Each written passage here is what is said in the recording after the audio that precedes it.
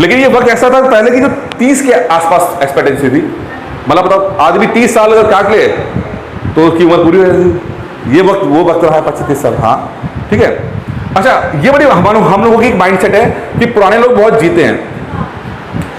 देखिए यहाँ पर सिंपल, ये मुझे भी लगता था कि पुराने लोग जीते बहुत है, कि अच्छा खाना खाते थे, अच्छी ताजी हवा में लेते थे। तो मुझे इसमें मैंने बड़ा सोचा, इसके ऊपर पर्सनली सोचा मैंने कि ऐसा क्या है कि आंकड़े तो बता रहे हैं कि लाइफ एक्सपेक्टेंसी बहुत कम है। ऐसा नहीं कि लाइफ एक्सपेक्टेंसी 100 साल थी तो घट के 76 हो गई है ना, वो 30, 34, 35 से वो बढ़ के 76 हुई है। तो मुझे ये लगा कि वो छन्नी से जो बचे रह गए, समझे, मतलब होता ना चावल आप छानते हो तो कुछ नीचे निकल जाता है, कुछ ऊपर मोटे मोटे रह जाते हैं, तो जो नीचे रह गए वो निपट गए और जो ऊपर रह गया, जो बच गया वो लंबा जी गया।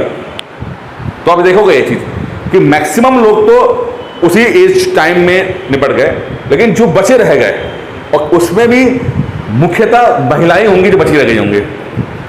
बड़ा इंटरेस्टिंग है, औरत हमेशा पुरुष से ज्यादा जीती है, ये नेचर ने दिया है ताकत। महिला पुरुष से ज्यादा जीती है, उसकी लाइफ एक्सपेक्टेंसी इंडिया में थोड़ी कम हो रही है लेकिन ज्यादा है।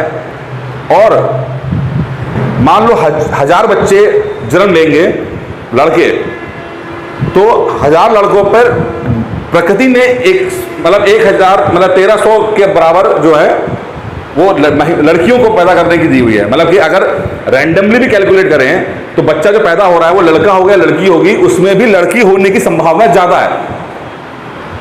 दो चीजें, तो लड़की के पैदा होने की संभावना ज्यादा है, अगर लड़का 100 लड़के पैदा होंगे 100 है तो लड़की 130 है, पहली चीज। और दूसरा क्या है कि सरवाइव करने की जो क्षमता है वो महिला में ज्यादा है।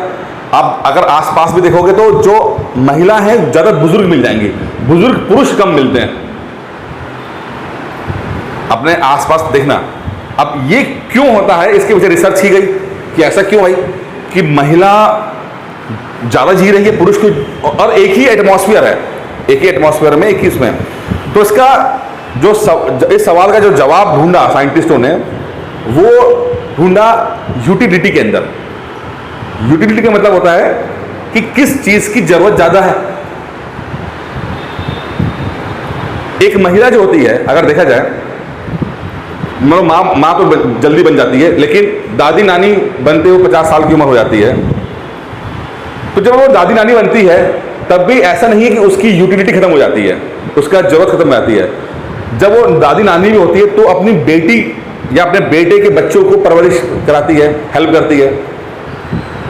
जब पोते या नाती होते हैं तो कौन देखता है, दादी या नानी देखती है, लेकिन दादा नाना नहीं देखते हैं। पुरुष का अमूमन जो एक ही जो यूज है वो है पॉपुलेशन बढ़ाने में, वृद्धि करने में, और कोई सामाजिक रूप से कोई बहुत ज्यादा कंट्रीब्यूशन नहीं है।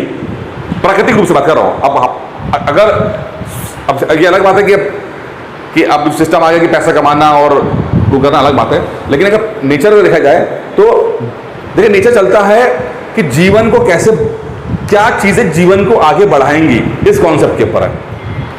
चाहे हमारे शरीर के अंदर या शरीर के बाहर, जिससे कि जीवन के लिए क्या जरूरी है और कौन कौन जरूरी है।